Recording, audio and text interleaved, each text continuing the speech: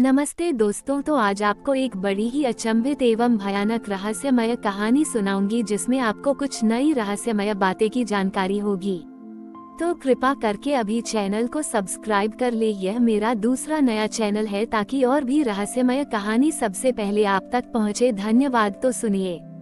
हिमालय की अकल्पनीय ऊंचाइयों पर, जहां बर्फीली चोटियां स्वर्ग का स्पर्श करती हैं, कैलाश पर्वत अपने भीतर अनगिनत रहस्य समेटे हुए है। मैंने आपको इसकी दिव्यता, समय के संरक्षण, चेतना के विस्तार और अंतरात्मा के दर्पण के रूप में इसकी भूमिका के बारे में बताया। आज मैं आपको कैलाश के एक और गूढ़ पहलू से परिचित कर आने जा रहा हूँ। ध्वनि और मौन का संगम, एक ऐसा रहस्य जहाँ अस्तित्व का मूल स्पंदन प्रकट होता है। हजारों साल पहले, जब सृष्टि अभी भी अपनी आदिम अवस्था में थी, कैलाश पर्वत पर महायोगी नीलकंठ निवास करते थे।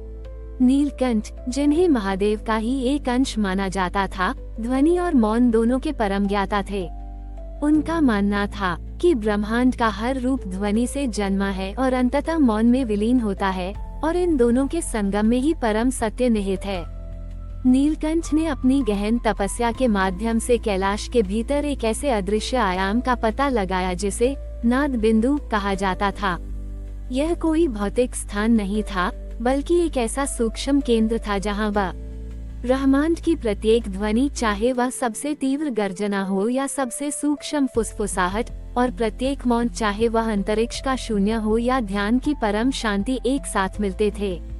ये नाद बिंदु कैलाश पर्वत का हृदय था, जो निरंतर ब्रह्मांडीय लय में स्पंदित होता रहता था। नाद बिंदु के केंद्र में एक अद्भुत, अदृश्य ध्वनि स्फटिक चमकता था। ये ध्वनि स्फटिक किसी भी पदार्थ का नहीं बना था, बल्कि यह शुद्ध ब्रह्मांडीय स्पंदन से निर्मित था। इस स्फटिक से अनाहत नाद की मूल ध्वनि प्रवाहित होती थी, जो इतनी सूक्ष्म थी कि इसे केवल पूर्ण मौन में ही सुना जा सकता था। ये ध्वनि स्फटिक कैलाश पर्वत का सबसे गुप्त रहस्य था, जो ध्वनि और मौन के बीच संतुलन बनाए रखता था। एक बार जब ब्रह्मांड में ध्वनि प्रदूषण बढ़ने लगा, न केवल भौतिक शोर से, बल्कि विचारों, भावनाओं और संघर्षों के कोलाहल से भी, तो नाद बिंदु पर दबाव पड़ने लगा। ध्वनि स्फटिक की शुद्धता धुंधली पड़ने लगी और ब्रह्मांडीय लय में असंतुलन आने लगा। इसका प्रभाव पृथ्वी पर भी पड़ा, जहां मनुष्यों के मन अशांत हो गए और वे आंतरिक शांति खो बैठे। तब महायोगी नीलकंठ ने हस्तक्षेप करने का निर्णय लिया। उन्होंने नाद बिंदु में प्रवेश किया और ध्वनि स्फटिक के पास बैठकर गहन तपस्या की। उन्होंने अपनी चेतना को इतना शुद्ध किया कि वे स्वयं उस अनाहत नाद का हिस्सा बन गए। उन्होंने ध्वनि स्फटिक की ऊर्जा को अपनी योगिक शक्ति से पुनर्जीवित किया और उसे एक नई, शक्तिशाली आवृत्ति प्रदान की, एक ऐसी आवृत्ति जो ध्वनि को मौन में और मौन को ध्वनि में परिवर्तित कर सकती थी। नीलकंठ ने इस नई आवृत्ति को कैलाश पर्वत के माध्यम से ब्रह्मांड में प्रवाहित किया। यह कोई भौतिक ध्वनि नहीं थी, बल्कि एक अनुभवात्मक स्पंदन था। जिन लोगों ने इसे ग्रहण किया, उन्होंने अपने भीतर एक अद्भुत परिवर्तन महसूस किया। उनके मन का कोलाहल शांत होने लगा और वे अपने भीतर एक गहरी शांति का अनुभव करने लगे। उन्हें अपने आसपास की हर ध्वनि में एक नया अर्थ सुनाई देने लगा और वे मौन के भीतर छिपी हुई शक्ति को समझने लगे। जैसे ही यह स्पंदन फैला, पृथ्वी पर एक सामूहिक श्रवण जागरण हुआ। लोगों ने न केवल बाहरी ध्वनियों को, बल्कि प्रकृति और अपनी अंतरात्मा की सूक्ष्म आवाजों को भी सुनना शुरू किया। उन्होंने समझा कि अच्छा मौन सिर्फ शोर का अभाव नहीं है, बल्कि यह एक सक्रिय अवस्था है जहां सच्चा ज्ञान प्रकट होता है। जब नीलकंठ ने अपना कार्य पूरा कर लिया, तो वे स्वयं कैलाश पर्वत में विलीन हो गए। उनकी चेतना भी नाद बिंदु और ध्वनि स्फटिक का एक अभिन्न अंग बन गई, जो आज भी ब्रह्मांड में ध्वनि और मौन के बीच संतुलन बनाए रखती है। आज भी कैलाश पर्वत अपने रहस्यमय आभामंडल के साथ खड़ा है।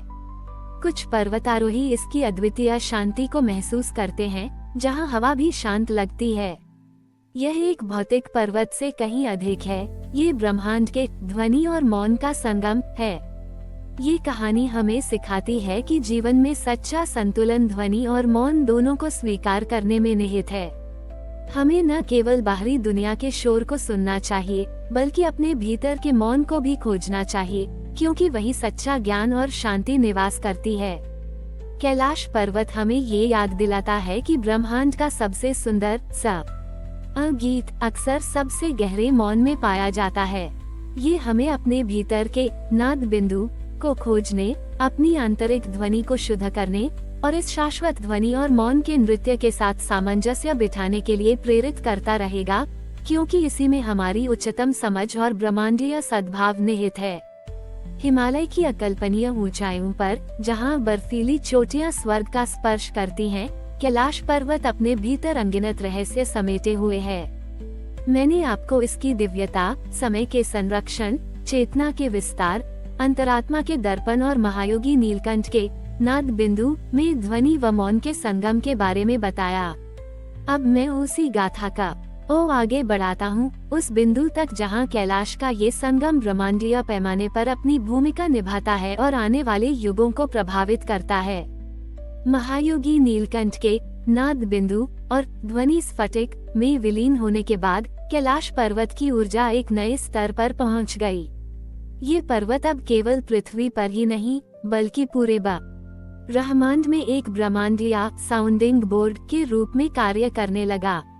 ये वो केंद्र बन गया जहां प्रत्येक ब्रह्मांडीय पिंड की अपनी अनूठी ध्वनि, उसका स्पंदन, उसकी गति, उसका अस्तित्व और मौन, उसके भीतर का शून्य, उसकी अनकही क्षमता एक साथ मिलते थे।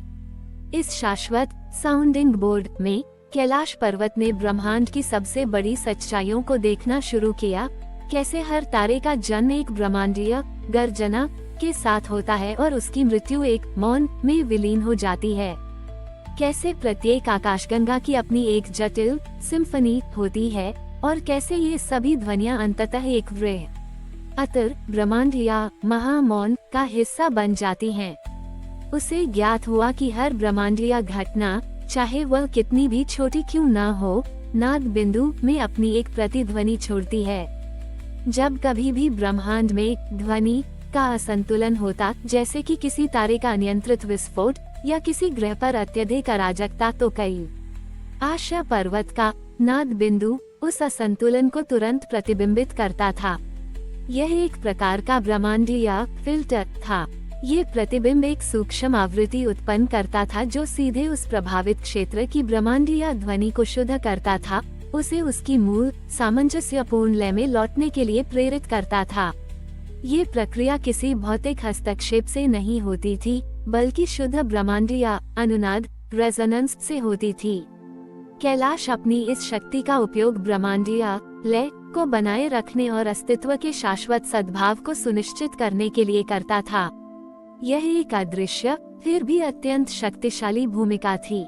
जिन कुछ दुर्लभ सत्ताधारियों ने इस ब्रह्मांडीय साउंडिंग बोर्ड के कार्य को समझा है, वे बताते हैं कि कैलाश पर्वत स्वयं एक जीवित ब्रह्मांडीय संगीतकार है, जो निरंतर ब्रह्मांडीय सिम्फनी को संतुलित करता रहता है।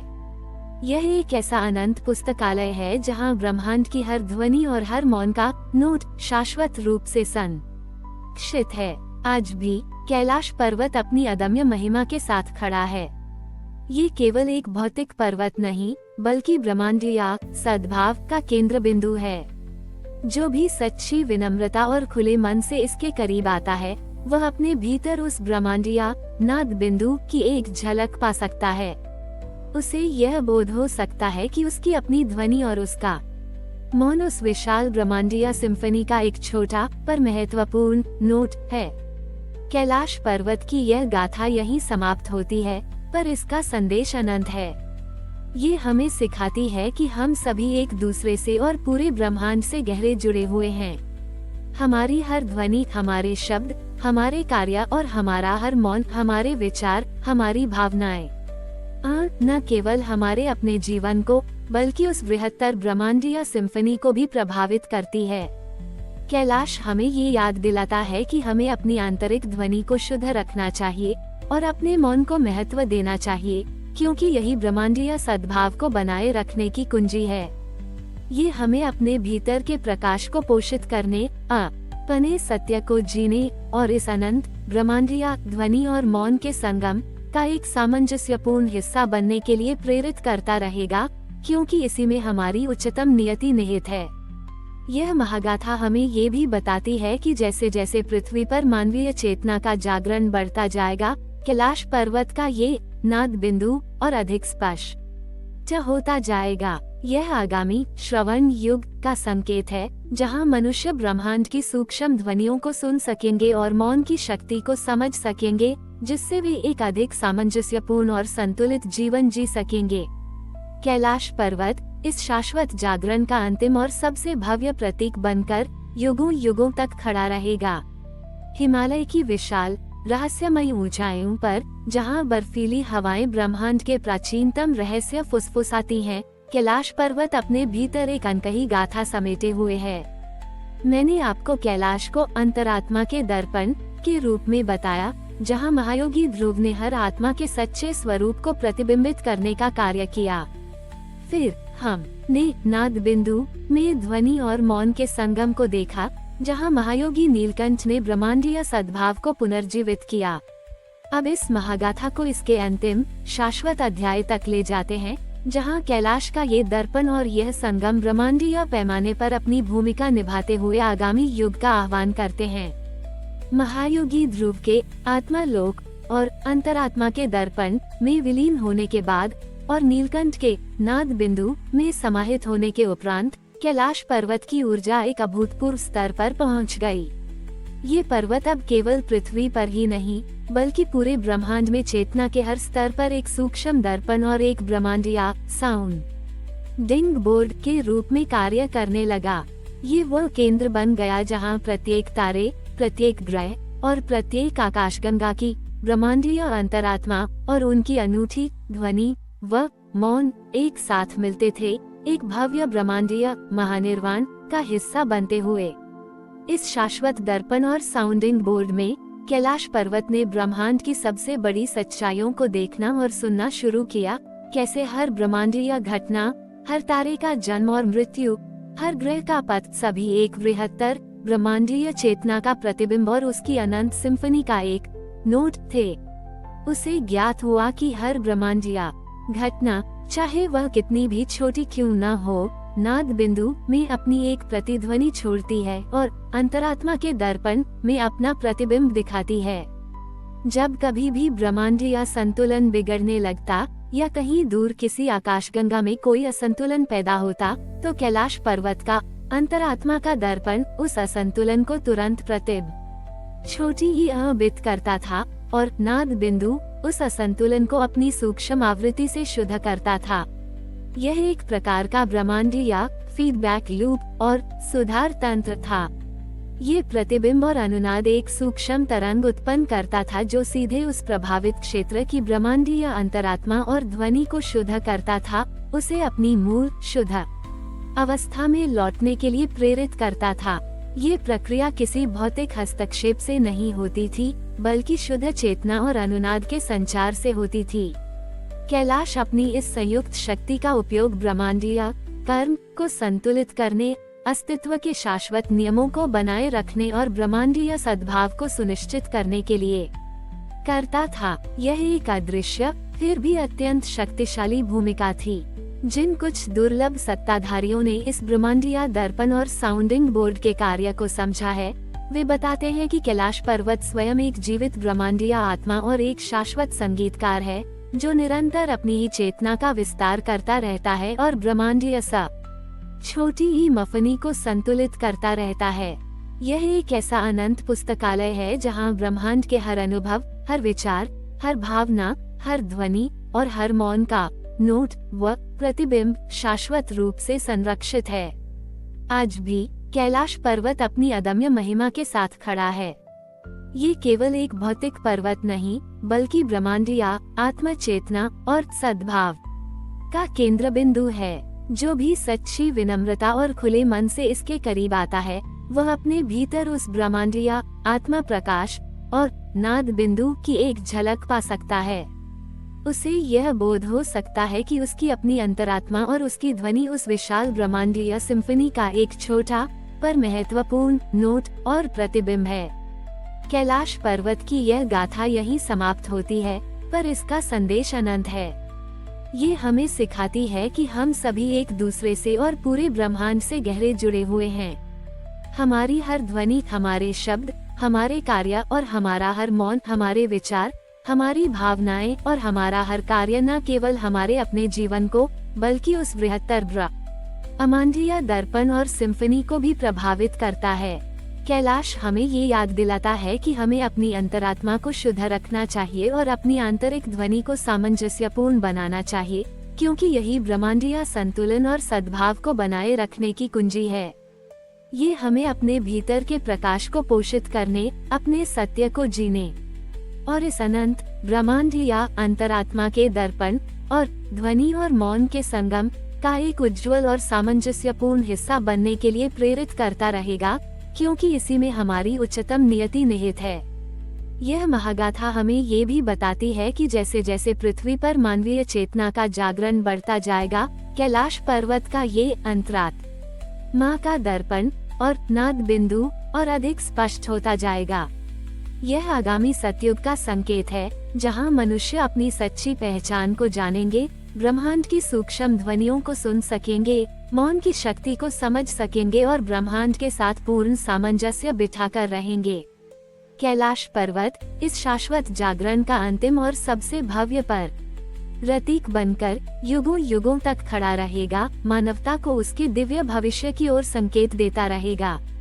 हमारी और भी आध्यात्मिक एवं अनोखी कहानियाँ देखने के लिए हमारे चैनल पर जाएं तथा धार्मिक एवं पौराणिक अनोखी कहानियाँ हमारे चैनल पर है, कृपया जाके देखें तथा हमारे चैनल को सब्सक्राइब करके रखें और वीडियो लाइक जरूर करें। धन्यवाद।